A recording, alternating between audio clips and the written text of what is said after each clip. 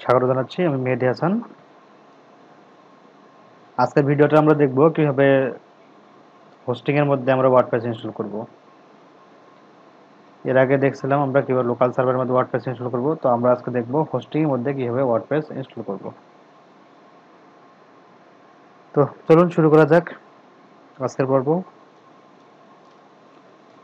তো এটা হচ্ছে আমাদের লোকাল সার্ভারের মধ্যে আমরা ওয়ার্ডপ্রেস ইনস্টল করছিলাম। তো এগুলো আমরা কেটে দিচ্ছি। কেটে দিয়ে আমরা চলে যাবো আমার ডোমেইনের মধ্যে। ডোমেইন হোস্টিং আমি কিনছিলাম, ডোমেইন হোস্টিং কিনছিলাম bcv .xyz। ওকে, এই ডোমেইন আমি ডোমেইনটা কেনার পর এই ডোমেইনের মধ্যে আমি এখন আজকে ওয়ার্ডপ্রেস ইনস্টল করব। ঠিক আছে, ওয়ার্ডপ্রেস ইনস্টল করব। তো চলুন কিভাবে ওয়ার্ডপ্রেস ইনস্টল করা যায় দেখে যাক। এর আগে আমরা ঢুকবো কোথায়? সি প্যানেলে ঢুকবো। সি প্যানেলে ঢোকার জন্য কি ইউজ করতে হবে? /cpanel, C panel. C panel দিলে চলে আসবে আমাদের সি প্যানেল লগইনের অপশন। আমাদের ইউজার নেম পাসওয়ার্ড দিয়ে আমরা লগইনে ক্লিক করব। লগইনে ক্লিক করলে আমাদের সি প্যানেল লগইন হয়ে যাবে। তো সি প্যানেল লগইন হওয়ার পর এখন আমরা আজকে আবার দেখবো যে কিভাবে ওয়ার্ডপ্রেস ইনস্টল করবো আমরা সফটওয়্যার দিয়ে। তো সফটওয়্যার দিয়ে কিভাবে ওয়ার্ডপ্রেস ইনস্টল করবো দেখে যাক। সফটওয়্যার দিয়ে ওয়ার্ডপ্রেস ইনস্টল করার জন্য আমাদের সি প্যানেলের মধ্যে একটা সফটওয়্যার দেওয়া থাকবে। সফটওয়্যারটার নাম হচ্ছে সফটওয়্যার ক্লাস। এই যে সফটওয়্যার ক্লাস অ্যাপস ইনস্টলার। এই সফটওয়্যার ক্লাস অ্যাপস ইনস্টলারটা দিয়ে আমরা হোস্টিং এর মধ্যে ওয়ার্ডপ্রেস ইনস্টল করব। তো আমরা এখান থেকেও নিতে পারি, অথবা সফটওয়্যার ক্লাসের জন্য আলাদা একটা মেনু করা আছে। এখানে দেখেন সফটওয়্যার ক্লাস অ্যাপস ইনস্টলার নামে একটা অপশন আছে। এখান থেকে আমরা ওয়ার্ডপ্রেসে গিয়ে করতে পারি। এখান থেকে আমরা ওয়ার্ডপ্রেসে যাই। ওয়ার্ডপ্রেসে গিয়ে জাস্ট ইনস্টল নামে ক্লিক করব। ইনস্টল নামে ক্লিক করার সঙ্গে সঙ্গে এখানে অনেকগুলো একটা ফর্ম দেখাচ্ছে, পুরো একটা ফর্ম দেখাচ্ছে, অনেকগুলো অপশন দেখাচ্ছে যে কিভাবে কি করতে হবে। তো মনোযোগ সহকারে দেখবেন এটা। এখানে বলেছে ওয়ার্ডপ্রেসের ভার্সন কত দিতে হবে। ওয়ার্ডপ্রেস লেটেস্ট যে ভার্সন 5.5.1, এটা হচ্ছে লেটেস্ট ভার্সন। এরপরে হচ্ছে আছে চুজ ইউআরএল। এখানে বলছে প্রোটোকল। যদি আপনার ওয়েবসাইটের মধ্যে ওয়েব হোস্টিং এর মধ্যে যদি আপনার এসএসএল অ্যাক্টিভ থাকে তাহলে HTTPS সিলেক্ট করবেন। আর যদি আপনার হোস্টিং অ্যাক্টিভ না থাকে তাহলে আপনার HTTP সিলেক্ট করবেন, এসটা দিবেন না। তো আমি আমার হোস্টিং এর মধ্যে HTTPS মানে এসএসএল অ্যাক্টিভ করা আছে। তো এসএসএল অ্যাক্টিভ করা থাকার কারণে আমি HTTPS দিলাম।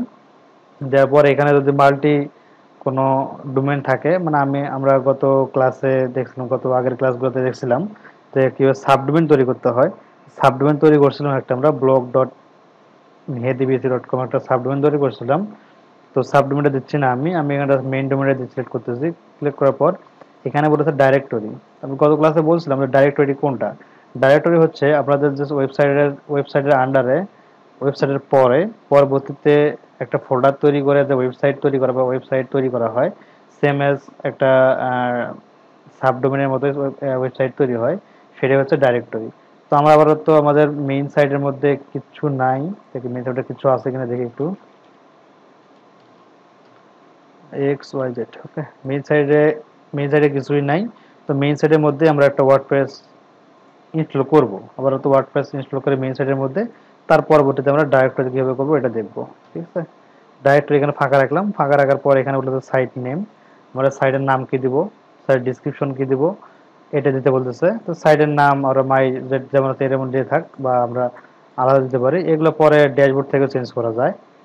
তো দিয়ে দিলাম এখানে। এরপর বলতেছে অ্যাডমিন ইউজার নেম। আমরা গত ক্লাসে যে আমরা দেখছিলাম যে কি এক্সেস দেওয়া লাগে, সেই এক্সেস এটা হচ্ছে ইউজার অ্যাডমিনের এক্সেস, মানে ড্যাশবোর্ডের এক্সেস। ড্যাশবোর্ড এক্সেসটা আমরা এখান থেকে ইউজার নেম পাসওয়ার্ড, অবশ্যই একটা শক্তিশালী ইউজার নেম, একটা শক্তিশালী পাসওয়ার্ড দিবেন, যাতে করে কেউ বুঝতে না পারে বা যাতে করে কেউ হ্যাক করতে না পারে। তো আমি জাস্ট একটু শেখার পারপাসে, যেহেতু আমরা টিউটোরিয়াল তৈরি করতেছি, সেই পারপাসে প্রজেক্ট তৈরি করবো, সেই পারপাসে মনে রাখার সাথে আমি অ্যাডমিনটা দিলাম অ্যাডমিন, আর পাসওয়ার্ড যেটা আছে পাসওয়ার্ড দিয়ে দিলাম। আর অটোমেটিকভাবে এখানে একটা ইমেল নিয়ে নিছে। তো আমরা এই ইমেলটা, যেটা ইমেল আছে এটাই থাক। আমরা অন্য ইমেল এখানে দিতে পারি, জিমেলের ইমেল দিতে পারেন, আপনার পার্সোনাল যে কোনো ইমেল এখানে দিতে পারেন, কোনো প্রবলেম, এটা কোনো ব্যাপার না। এরপরে আমরা আসবো নিচের দিকে। এখানে অ্যাডভান্স নামে একটা অপশন আছে। অ্যাডভান্স অপশন থেকে আপনার ডাটাবেসের নাম চেঞ্জ করে দিতে পারেন। যেটা আছে এটাও রাখলেও সমস্যা নাই, আপনি যদি চান এখান থেকে নামটাও চেঞ্জ করে দিতে পারেন। নাম চেঞ্জ করে দিয়ে আর আদার্স কোনো কিছু চেঞ্জ করার দরকার নাই। এগুলো চেঞ্জ করতে গেলে ভুলে ফেলবেন। এগুলো যখন ভবিষ্যতে আপনারা অ্যাডভান্স লেভেলে কাজ করবেন তখন আপনারা এগুলো কাজ করতে করতে বুঝে যাবেন। তো এখন এখান থেকে ডাটাবেজ নামটা আপনি সিলেক্ট করে চেঞ্জ করতে পারেন, অথবা ডাটাবেজ নাম এখান থেকে সিলেক্ট নাও করতে পারেন। ঠিক আছে? তো এখানে একটা জিনিস মনে রাখবেন যে এখানে দেখেন WP466 নামে একটা ডাটাবেজ আছে।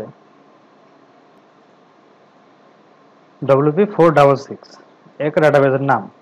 তো আমরা আমরা একটু সি প্যানেলে যাই। সি প্যানেলে গিয়ে দেখি, এখানে রাইট ক্লিক করে ট্যাব ওপেন করলাম। ট্যাব ওপেন করার পর এখান থেকে ডাটাবেজ, এটা কোনো ডাটাবেজ, এটা ডাটাবেজ। ডাটাবেজে গিয়ে দেখি ডাটাবেজে কোনো ডাটাবেজ আছে কিনা। না, এখানে কোনো ডাটাবেজ নাই। এখানে কোনো ডাটাবেজ নাই। এখানে ডাটাবেজ কোনো ইউজারও নেই। ওকে, তো এখানে WP466 একটা ডাটাবেজের নাম দিলাম আমরা। এখানে অন্য নাম দিতে পারি আমরা। এখানে নাম দিলাম, আমার নাম দিলাম আমি মেহেদি। ওকে, মেহেদি নাম দিলাম। এখন আমরা জাস্ট এখান থেকে যেগুলো একটা থিম সিলেক্ট করে ইনস্টলে ক্লিক করব। আচ্ছা, এটা যে কোনো একটা থিম এখান থেকে সিলেক্ট করবেন, বা সিলেক্ট না করলেও হবে। আচ্ছা, সিলেক্ট থিম, এই থিমটা সিলেক্ট করলাম। সিলেক্ট করার পর এই থিমটা সিলেক্ট করলাম। সিলেক্ট করার পর ইনস্টল।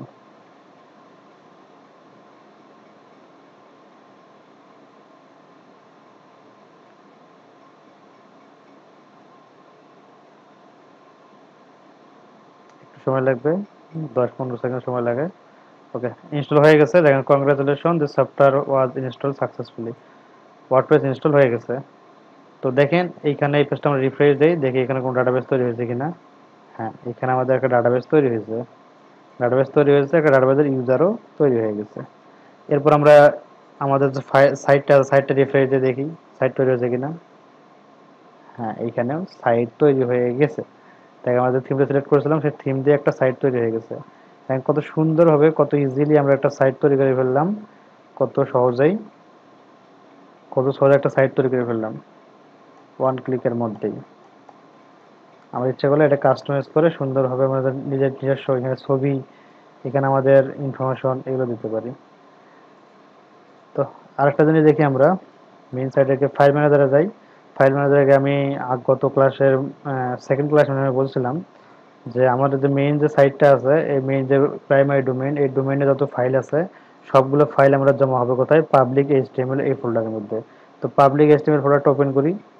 দেখেন, পাবলিক এইচটিএমএল ফোল্ডার ওপেন করার সঙ্গে সঙ্গে এইখানে আগে কোনো ফাইল ছিল না। আগে কিন্তু এখানে জিরো ফাইল ছিল। এখন অনেকগুলো ফাইল তৈরি হয়েছে। সবগুলো হচ্ছে ওয়ার্ডপ্রেসের।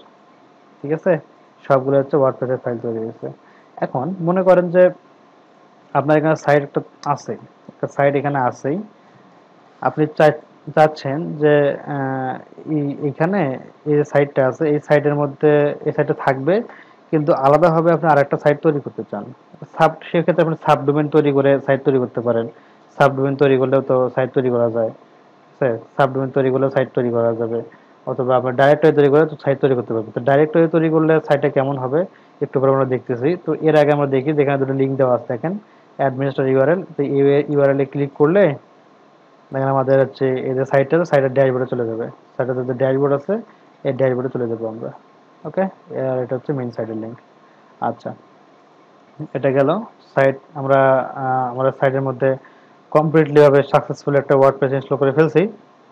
তো আমরা হচ্ছে যে আমরা যে এই ওয়ার্ডপ্রেসটা সেটআপ দেওয়া অবস্থায় বা এই সাইটটা থাকা অবস্থায় আমরা এই ডোমেনের মধ্যে আলাদা করে আরেকটা সাইট তৈরি করব। সেটা কিভাবে করব? সেটা আমরা দুইভাবে করতে পারি। একটা হচ্ছে আমরা চাইলে সি প্যানেল, এখানে সি প্যানেলে ক্লিক করলে সি প্যানেলে চলে আসা যায়। এখান থেকে আমরা সাবডোমেনে ক্লিক করতে পারি। সাবডোমেনে ক্লিক করে সাবডোমেন থেকে একটা সাবডোমেন তৈরি করতে পারি। ঠিক আছে, একটা সাবডোমেন তৈরি করে সাবডোমেন তৈরি করতে পারি। সেই ক্ষেত্রে কিন্তু ডোমেইনটা কিন্তু আলাদা হয়ে যাচ্ছে। ব্লগ বলেন বা অন্য কোনো ডোমেইন আলাদা হয়ে যাচ্ছে। তো আমরা এইভাবেই করতে পারি। এইভাবে অনেক সাইট তৈরি করতে পারি। তো এই এটা ব্যাপারটা কিন্তু অনেক লেন্দি। তো এখানে যদি আমরা সাইট তৈরি করতে চাই আলাদা করে, দেখা যাবে যে এখানে সাবডোমেইন তৈরি করতে হবে। সাবডোমেইন তৈরি করে তারপরে সাবডোমেইনটাকে আমাদের সাবডোমেইনের মধ্যে আমাদের ওয়ার্ডপ্রেস ইনস্টল করতে হবে। তো আমরা এই বিষয়টা চাচ্ছি না। আমরা এই বিষয়টা না চেয়ে সাবডোমেইন না তৈরি করে ডাইরেক্টরি তৈরি করবো। মানে আমাদের মেইন যে সাইটটা আছে এই সাইটের লাস্টে একটা ফোল্ডার নাম দিব। সাইটের নামটা ফোল্ডারের নাম দেবো, ডাইরেক্টরির নাম দেবো, ডাইরেক্টরির নাম দিয়ে একটা সাইট তৈরি করব। তো চলি দেখা কি হবে ডাইরেক্টরির নাম দিয়ে আমরা এখানে সাইট তৈরি করা যায় দেখি একটু। আমরা এর আগে যখন দেখলাম ওয়ার্ডপ্রেসে যাই, ওয়ার্ডপ্রেসে যাওয়ার পর এখান থেকে ইনস্টল, দেখেন আমাদের যেটা ইনস্টল হয়ে গেছিলো, আমরা একটু আগে ইনস্টল করলাম, ইনস্টলটা দেখাচ্ছে এখানে। তো আমরা এখানে জাস্ট ইনস্টল নাও ক্লিক করি, ক্লিক করার পর সেম একইভাবে ভার্সন সিলেক্ট করব, প্রোটোকল সিলেক্ট করব, এরপর ডোমেইন নাম সিলেক্ট করব, আর এখানে দেব হচ্ছে ডাইরেক্টরি। তো আমি এখানে ফার্স্ট ডিরেক্টরি, ফার্স্ট ডাইরেক্টরি দিলাম, আমি ফার্স্ট ডাইরেক্টরির নাম দিলাম, ফার্স্ট ডাইরেক্টরির নাম দিয়ে সেমভাবে এখানে আমি পাসওয়ার্ড, ইউজার নেম পাসওয়ার্ড দিই, পাসওয়ার্ড দিলাম, এরপর ইমেল, এরপর এখান থেকে আমি একটা যে কোনো থিম সিলেক্ট করব। তো এটা থিমের কালারটা আলাদা আছে, এখানে আলাদা একটা থিম দিয়ে দিই। আচ্ছা এই থিমটা নিয়ে নিই আমি, সিলেক্ট থিম, থিমটা নিলাম। থিমটা নেওয়ার পর এখন আমি ইনস্টল যখন ক্লিক করব, দেখেন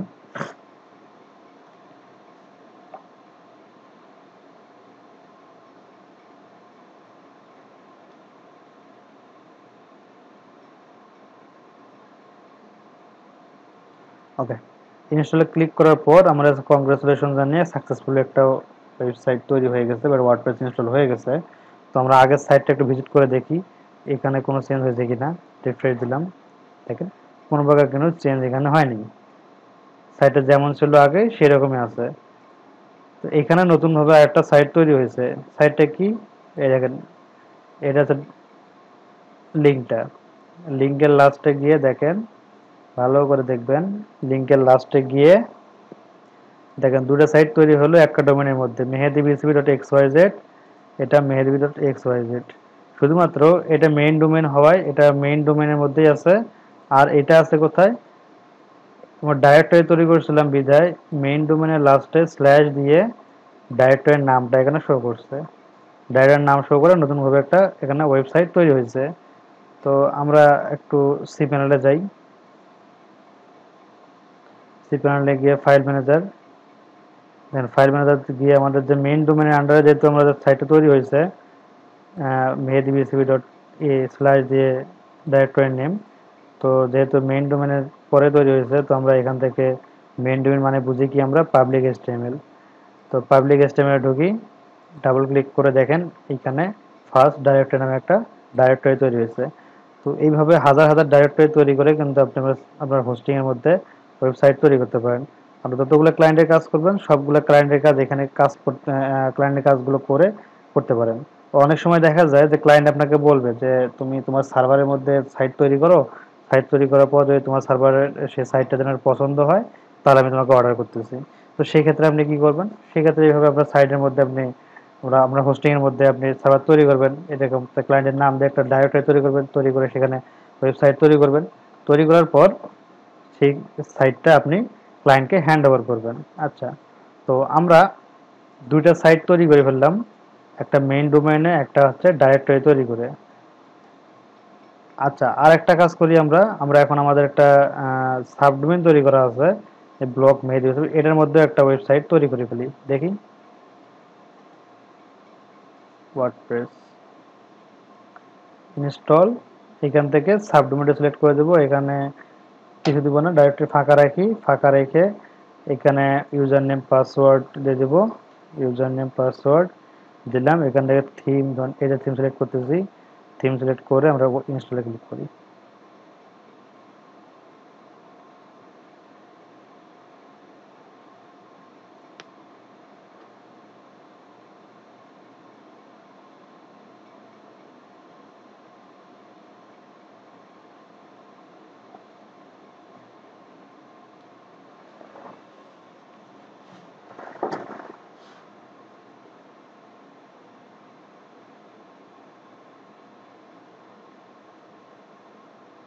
ওকে, হয়ে গেছে, এই যে হচ্ছে আমার ইউআরএল। তো ইউআরএল যাই,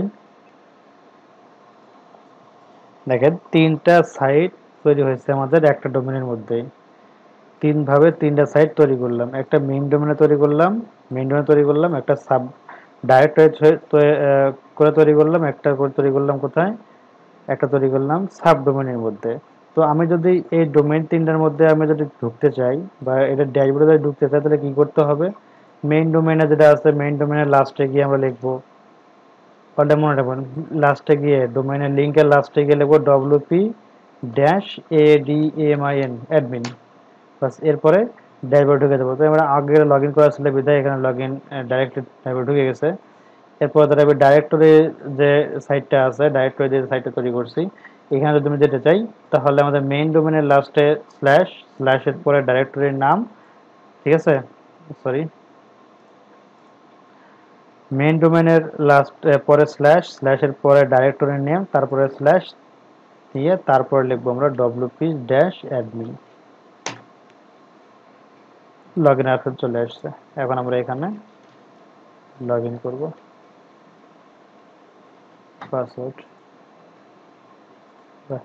লগ ইন অপশন হলে লগ ইন করে ফেললাম আমরা ড্যাশবোর্ডের মধ্যে। এখন আমরা আমাদের ব্লগ সাইট যেটা আছে, আমরা যে সাবডোমেন তৈরি করছিলাম, সেই সাবডোমেনের মধ্যে যেটা আমরা ওয়ার্ডপ্রেস ইনস্টল করলাম, সেখানে আমরা কি করব, সেইখানে আমরা আমাদের যে সাবডোমেন আছে, সাবডোমেনের পরে জাস্ট বা পুরো ডোমেনটার পরে লাস্ট একটা স্ল্যাশ দিব, দিয়ে এখানে দেব ডব্লিউপি ড্যাশ অ্যাডমিন। আপনার ইচ্ছে করলে এখান থেকে ডিরেক্টলি শুধু অ্যাডমিন দিয়েও যেতে পারেন, অ্যাডমিন দিয়েও নিতে পারেন, অথবা এখান থেকে আপনার ড্যাশবোর্ড যদি দেন, ড্যাশবোর্ড, ড্যাশবোর্ড দিলেও কিন্তু আপনার লগ ইন অপশন চলে আসবে। অথবা আপনি যদি এখান থেকে শুধু অ্যাডমিন দেন, অ্যাডমিন দিয়েও যদি এন্টার করেন, তারপর আপনার লগ ইন অপশন চলে আসবে, ঠিক আছে। তো তিনটা অপশন আমরা এখান থেকে জানতে বললাম, যে একটা হচ্ছে ডব্লিউপি অ্যাডমিন, ডব্লিউপি অ্যাডমিন দিলেও আসে, শুধু অ্যাডমিন দিলেও আসে, অথবা ড্যাশবোর্ড যদি দিই আমি, ড্যাশবোর্ড দিলেও আসবে, অথবা WP dash log in, log in, এই লগ ইন দিলেও আসবে, ঠিক আছে। এখন আমরা এখান থেকে এর সবগুলোর ক্ষেত্রেই, শুধুমাত্র সাবডোমেনের ক্ষেত্রে না, সাবডোমেনের ক্ষেত্রেও হবে, মেইন ডোমেনের ক্ষেত্রেও হবে, ডাইরেক্টরির ক্ষেত্রেও হবে। তো আমরা এখানে লগ ইন করি, অ্যাডমিন পাসওয়ার্ড,